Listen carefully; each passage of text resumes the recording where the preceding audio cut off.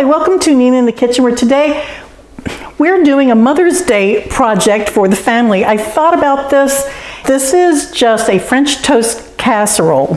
And what I'm doing is I'm using a brioche bread. If you've ever had brioche with French toast, you'll know there's just nothing better. If you can't get a brioche, potato bread is an excellent substitute.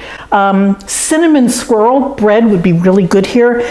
So what I've done is I made a recipe that is that you can play around with, and we'll talk about that later. So I have 8 eggs going in here, and what you do is you crack an egg like that. If you have a little bit of eggshell that gets in there, use your eggshell to attract the little broken eggshell, just like that, and you'll get the eggshell in this little cup. So what we're going to do is just break these yolks up. The other ingredients that I have, aside from the bread, 1/4 teaspoon of kosher salt that goes in.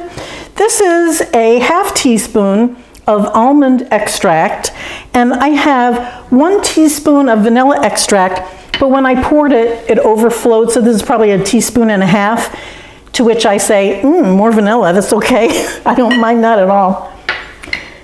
And this is your mixture along with 3 cups of milk.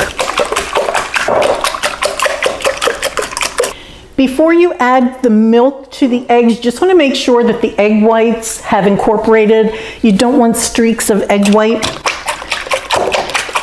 So it should look like that, just kind of stream. This is 3/4 cup of brown sugar, and it smells so good. And then I have 1/3 cup of almond. And the reason I chose almond is I was thinking you can add peaches to almond, you can add strawberries to it. It's a delicious, do ahead. Oh, and I've toasted these. This is a prepped casserole pan. I just greased it down with some butter. And all that you do is you just put your bread down, put your bread slices down. Now, if you're not using brioche, you might want to butter your bread. With brioche, though, you absolutely don't have to. It's a very rich bread. Just kind of cram these in there. The reason for shingling like this is because if you don't use something heavy, like a potato bread or brioche, you may end up with this bread crushing.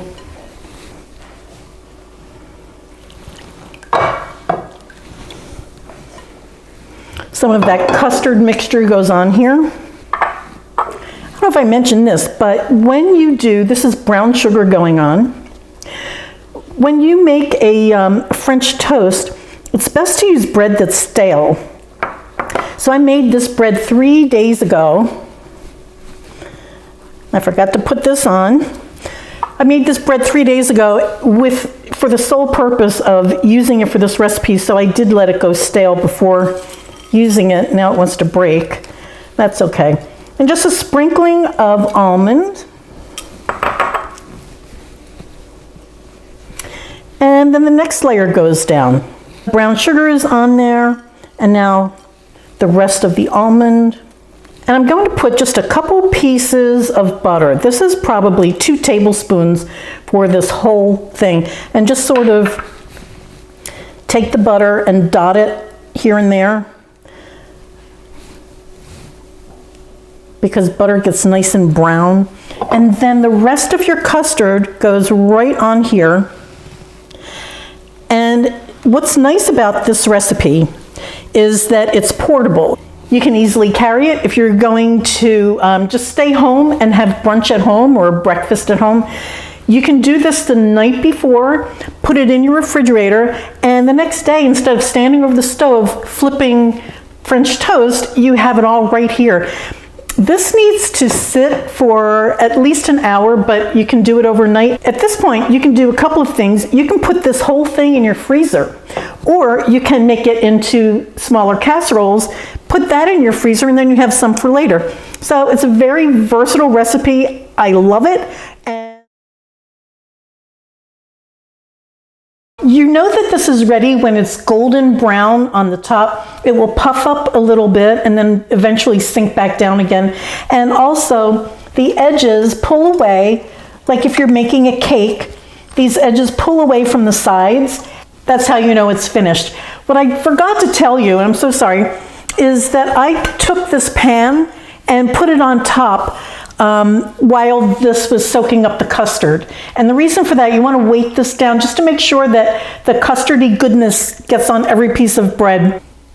Now to plate it. I have a few things here. I have some maple syrup. This is a strawberry cheesecake sauce that I will have the recipe for on my blog. Very easy. There's just a few ingredients and it tastes like strawberry cheesecake. It's absolutely delicious. It's an option. You don't have to even go with strawberries for this particular dish, but I thought I would make it for you. So if you want to use it, you can. I have some macerated strawberries, and all that is some strawberries with a little sugar on top. 2 cups of strawberries, and I sprinkled about a tablespoon of sugar. You let that sit, and after about an hour, you get these juices and these beautiful strawberries. They start to get a little dark, and that means they're macerated, they're ready to go. The other flavors, you know, I designed this so that really it's just almond and a brioche. So you can do so many other flavors. You can do bananas, strawberries and bananas, bananas and chocolate, coconut. Sky's the limit. Any berry that I can think of would be delicious here. So let me show you how to plate it. Just want to make sure all the way around that this will come off, and I can see it's nice and loose. That looks good. Everyone gets a piece. Oh, look at that. This smells so good.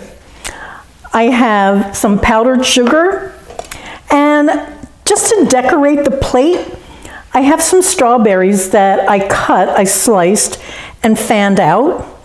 You know, this is Mother's Day, right? So you want to make it a little special. You can put it up there, you can put them over here, and let me just show you how I did that. You just take a knife and your berry, and you roll it around, see what the prettiest side is, and that's nice and red, so I'm choosing that side. And you just make little slices all the way across. And be careful not to cut the top. And then you just open it up like that, and you have a nice little fanned out little decoration. Isn't that cute? Let me show you this sauce. I call this strawberry cheesecake sauce, but it's cream cheese and strawberry jam. Geez, what else is in here? A little vanilla. There's not much in here, but I picked up the flavor profile of the almond by putting a little almond extract in here. This recipe will be on the blog. It goes together in no time, but you can serve this on the side. Mom can choose to put this on or not. I think I will. I think I'll drizzle some right across the top. Then some fresh berries. You can use maple syrup. You can use honey on this, but I'm just going to do a little powdered sugar. Isn't that beautiful? All right, well, you know what happens next. I get to eat. Let me just take a taste. The aroma from this filling the kitchen is just incredible. Let me get a little bite with some strawberry. Very good.